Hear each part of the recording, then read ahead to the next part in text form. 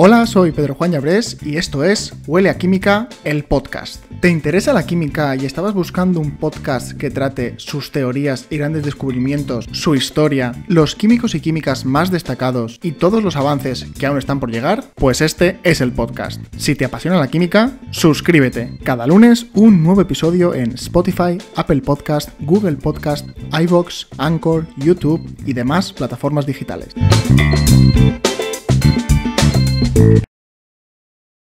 Hola, bienvenida al tercer episodio de este podcast, del podcast de Huele a Química.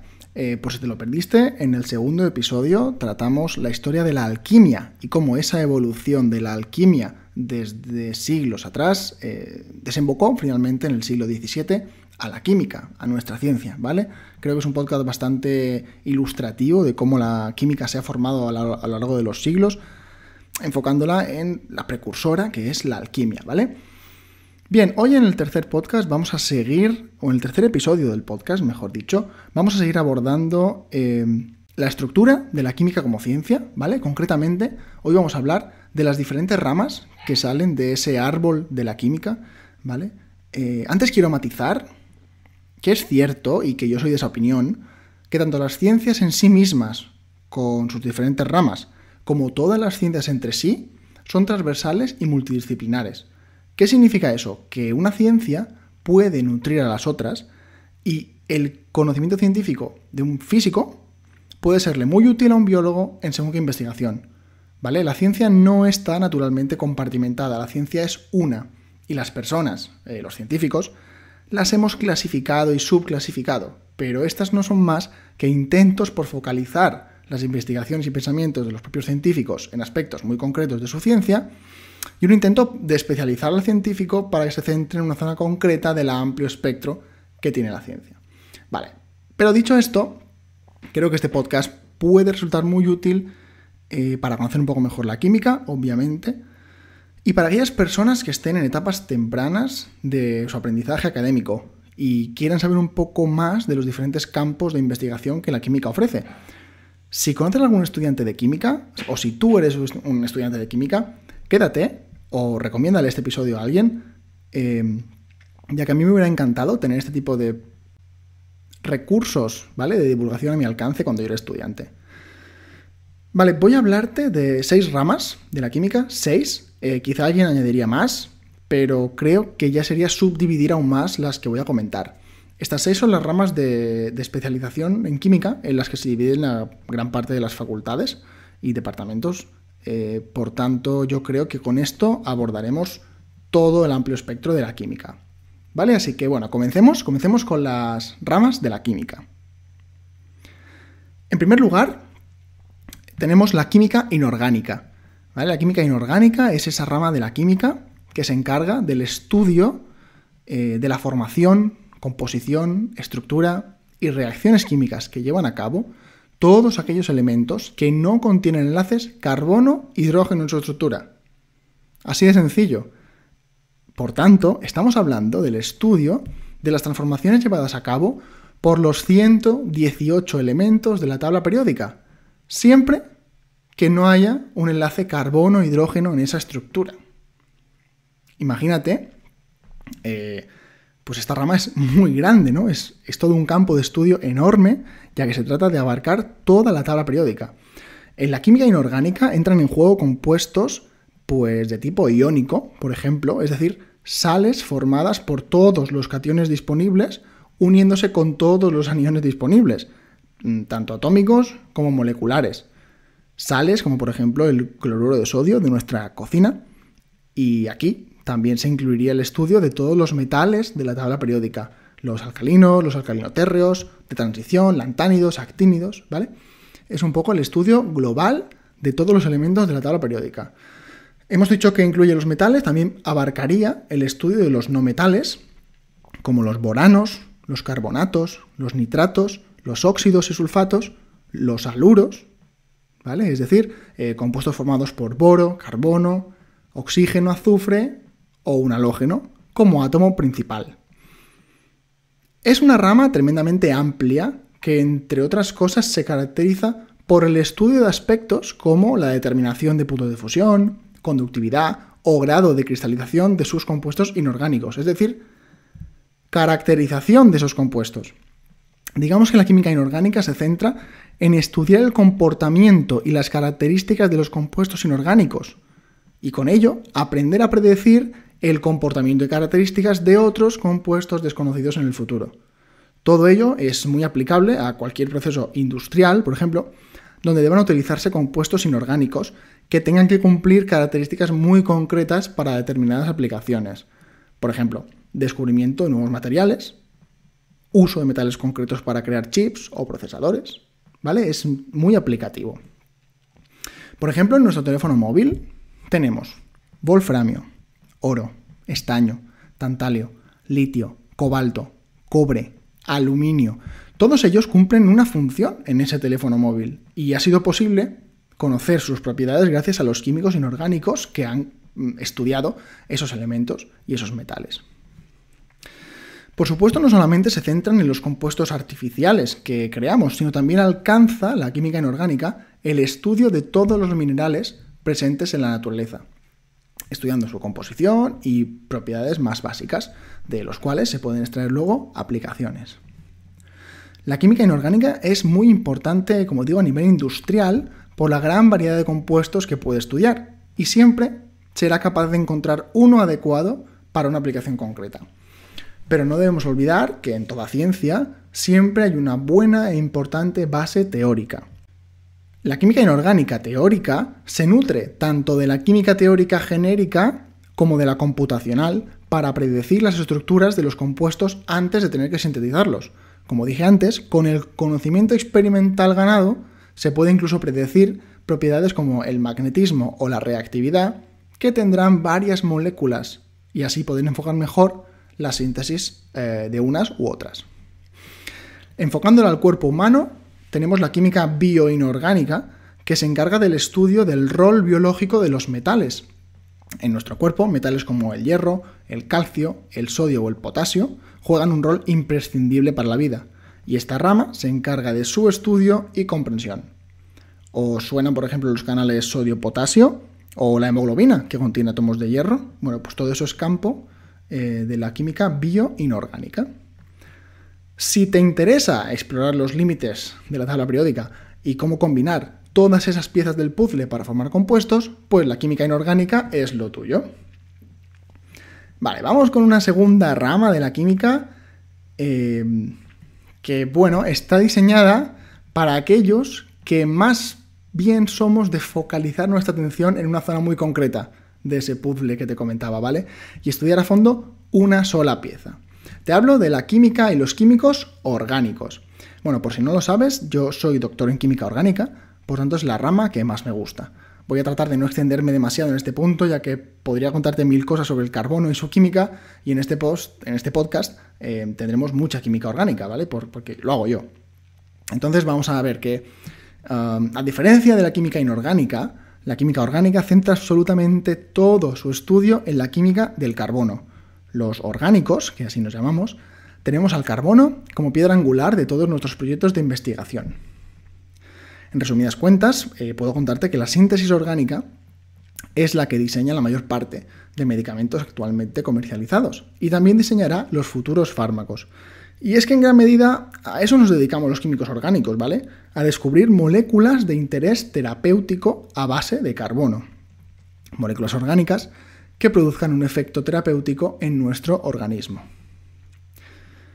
Desde los que se dediquen a estudiar las bases mecanísticas de las reacciones, los más teóricos, que optimizan los diversos pasos de una reacción para que sea más rápida y eficiente, pasando por aquellos que centran su investigación en la búsqueda de mejores catalizadores para optimizar los procesos, o los químicos orgánicos computacionales, que predicen futuros resultados de reacciones o de propiedades de moléculas concretas, hasta los sintéticos como yo, que en nuestro laboratorio creamos esas moléculas con toda la destreza, imaginación y pureza de las que somos capaces.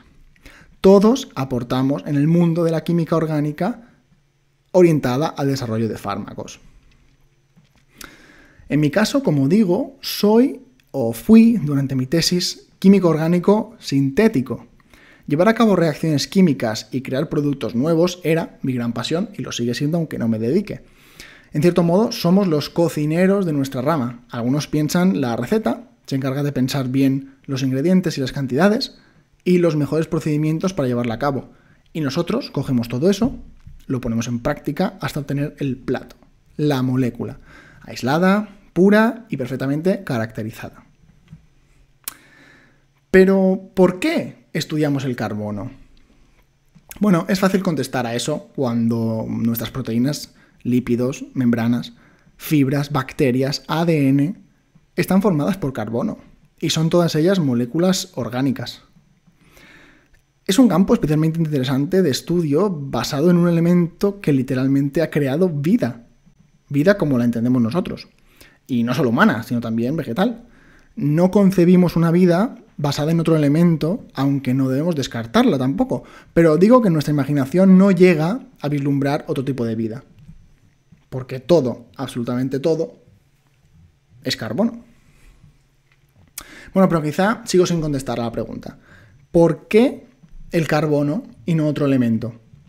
Bueno, el carbono es un elemento que ha cumplido y cumple con muchos requisitos para ser una molécula de la vida, tal y como la conocemos. Bien, algunos de ellos que voy a comentar son que puede enlazarse con hasta 4 átomos al mismo tiempo, pero también puede hacerlo fácilmente con 3, 2 o 1. Es una molécula forma muchos tipos de moléculas, por tanto es un átomo muy versátil. Es un elemento muy versátil, mejor dicho. Todas estas uniones no son iguales entre ellas, sino que la molécula resultante tendrá diferentes conformaciones geométricas. Si se une con 4, la molécula será un tetraedro. Si se une con 3, será un triángulo plano. Y con 2 o 1, pues formará una estructura lineal. Estos enlaces que forma son muy fuertes, ¿vale? Son resistentes, pero no tanto como para no poder deshacerse y formar otros. La química orgánica se basa en romper y montar, como piezas de Lego, donde el carbono es la pieza central. También el carbono es capaz de formar cadenas y de enlazarse con otros carbonos, formando otros tipos de figuras geométricas que le permiten crear casi cualquier tipo de estructura, ¿vale? ¿Alguien ha oído hablar del balón de fútbol hecho con átomos de carbono? ¿Vale? Es una estructura creada con átomos de carbono que al final forma un balón de fútbol. Por tanto, podemos imaginar cualquier estructura geométrica hecha a base de carbono. Y entre otras cosas, es un átomo pequeño y ligero. Eso ha favorecido también en la creación de vida. Porque la naturaleza, pues podría haber escogido el silicio, ¿vale? Que al estar en el mismo grupo del carbono, tiene un comportamiento químico casi idéntico. Pero por algunas características, por ejemplo, en tamaño, pues la naturaleza no la escogió como molécula de la vida. Por tanto, si la naturaleza ha escogido al carbono para formar su vida, ¿cómo no iba a dedicar la química una rama entera a su estudio, ¿no? Eso está claro. Bien, en este podcast, que está hecho por un químico orgánico, ya oirás hablar mucho del carbono. Por tanto, dejamos esta rama aquí. Y nada, decirte que si te apasiona la creación de nuevas moléculas, sobre todo orientada a propiedades terapéuticas, o también la creación de materiales a base de carbono, es decir, si te interesa crear moléculas, la química orgánica es lo tuyo, ¿vale? Bien, la tercera rama de la que quería hablar es la química física, o físico-química, ¿vale? Es la rama que estudia la materia empleando conceptos tanto físicos como químicos. Es esa frontera del conocimiento en la que tanto se puede abordar un problema desde el punto de vista de la física como de la química. Aspectos como la termodinámica, la electroquímica o la mecánica cuántica pueden verse con ambos ojos y cambios en la temperatura, presión, volumen, calor o trabajo pueden tratarse a nivel atómico o nivel molecular. A ver, a priori un átomo diríamos que pertenece al mundo de la química, ¿verdad?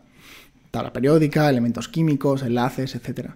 Pero, ¿qué pasa con las leyes que rigen el mundo de los electrones, protones y demás partículas subatómicas? ¿No se rigen al final por la mecánica cuántica? Pues ahí entra en juego la física y la físico-química o la química física.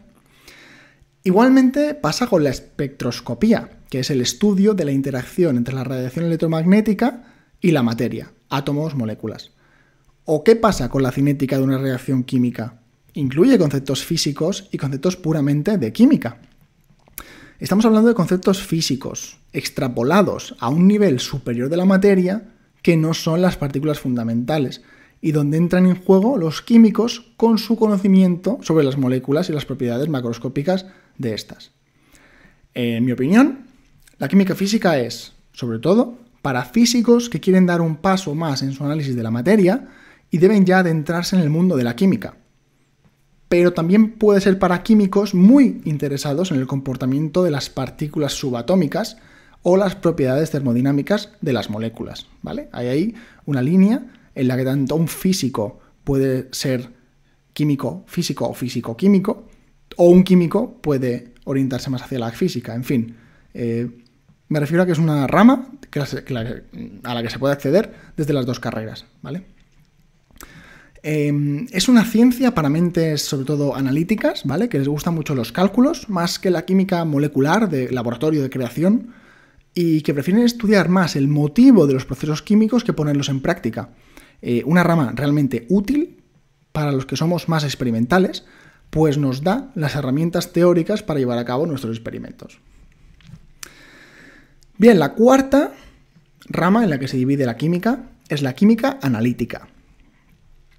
Es la rama de estudio más estadística, más numérica, ¿vale? Es la ciencia que estudia la separación, identificación y cuantificación de los compuestos químicos. Y también estudia el uso de instrumentación y metodología específica para todo ello. Es la rama del análisis, de la precisión, del cálculo y cuantificación de aquello que se pretende estudiar.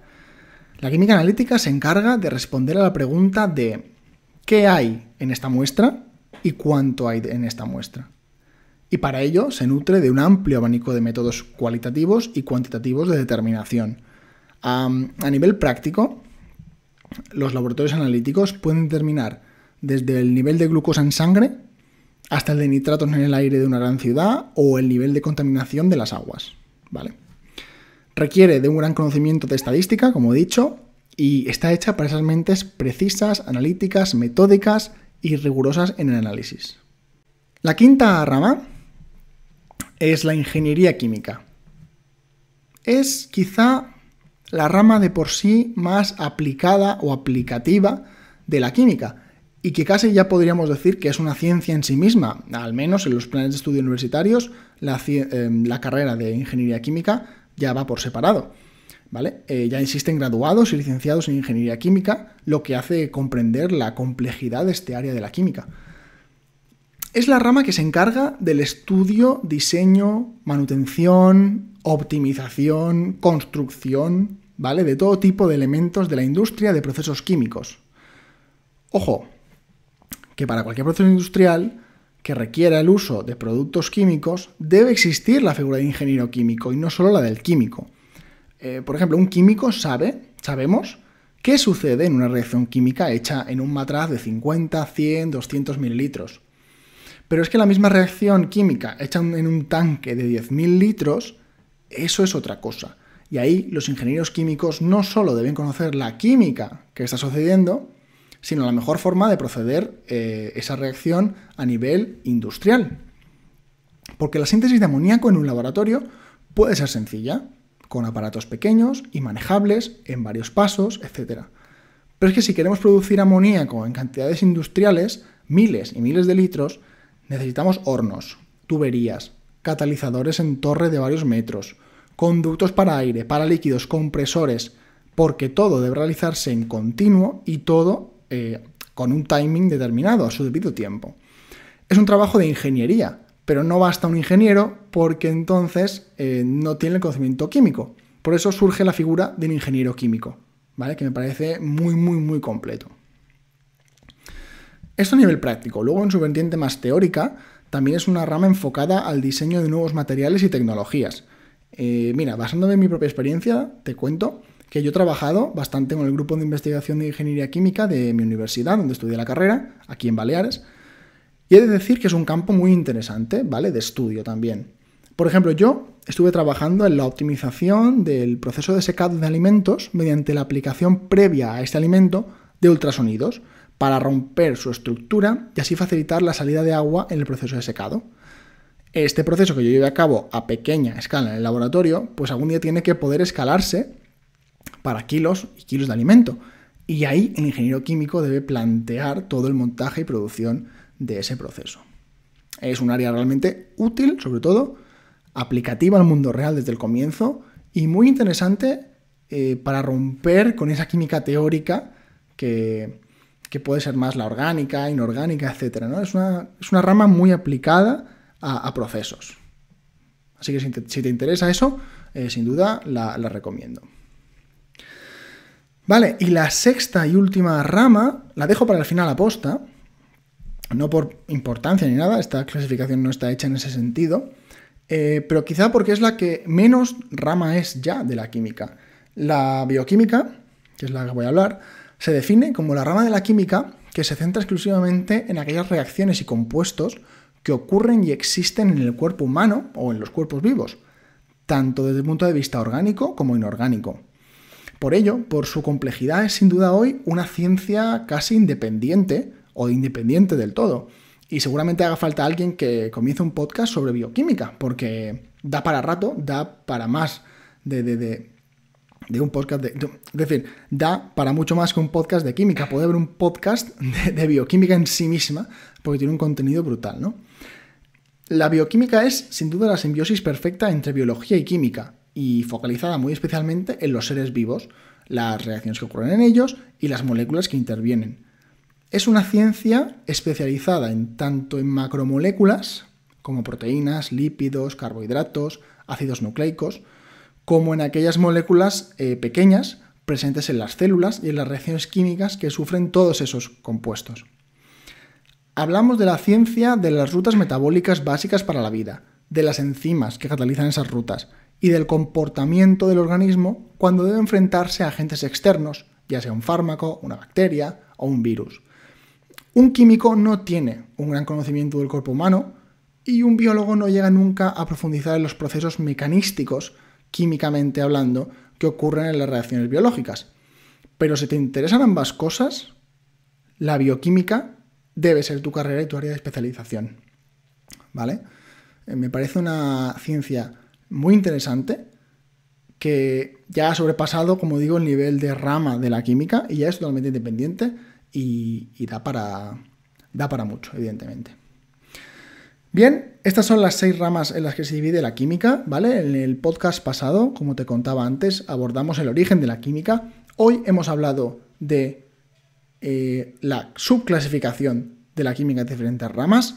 En el próximo episodio del podcast, seguiremos hablando un poquito de historia de la química, focalizándonos más ya, cada vez entrando más dentro de la ciencia y poco a poco iremos desgranando a nuestra ciencia favorita, que sin duda, si estás en este podcast es porque te interesa.